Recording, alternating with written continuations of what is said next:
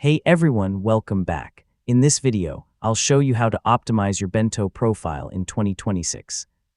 If you want your Bento page to look more professional and help visitors find your most important content, this guide will walk you through the process step by step. First, open your web browser and sign in to your Bento account. Once you're on the dashboard, open the profile or link page that you want to improve. Next, upload a clear profile picture and update your display name. Then write a short bio that explains who you are and what visitors can expect from your page. Now review all of your links and remove any outdated or broken ones.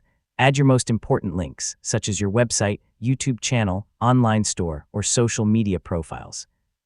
Next, arrange your links in order of priority.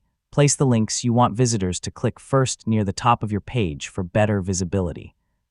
If Bento offers customization features, choose a theme, colors, or layout that match your personal brand and create a clean, professional appearance. Before publishing, click Preview and test every link to make sure everything works correctly. A quick review helps prevent visitors from encountering broken links or missing content. Finally, update your Bento profile regularly by adding new content and removing outdated information to keep your page fresh and useful. And that's it. You've successfully learned how to optimize your Bento profile step by step. And don't forget to like, share, and subscribe for more helpful tutorials just like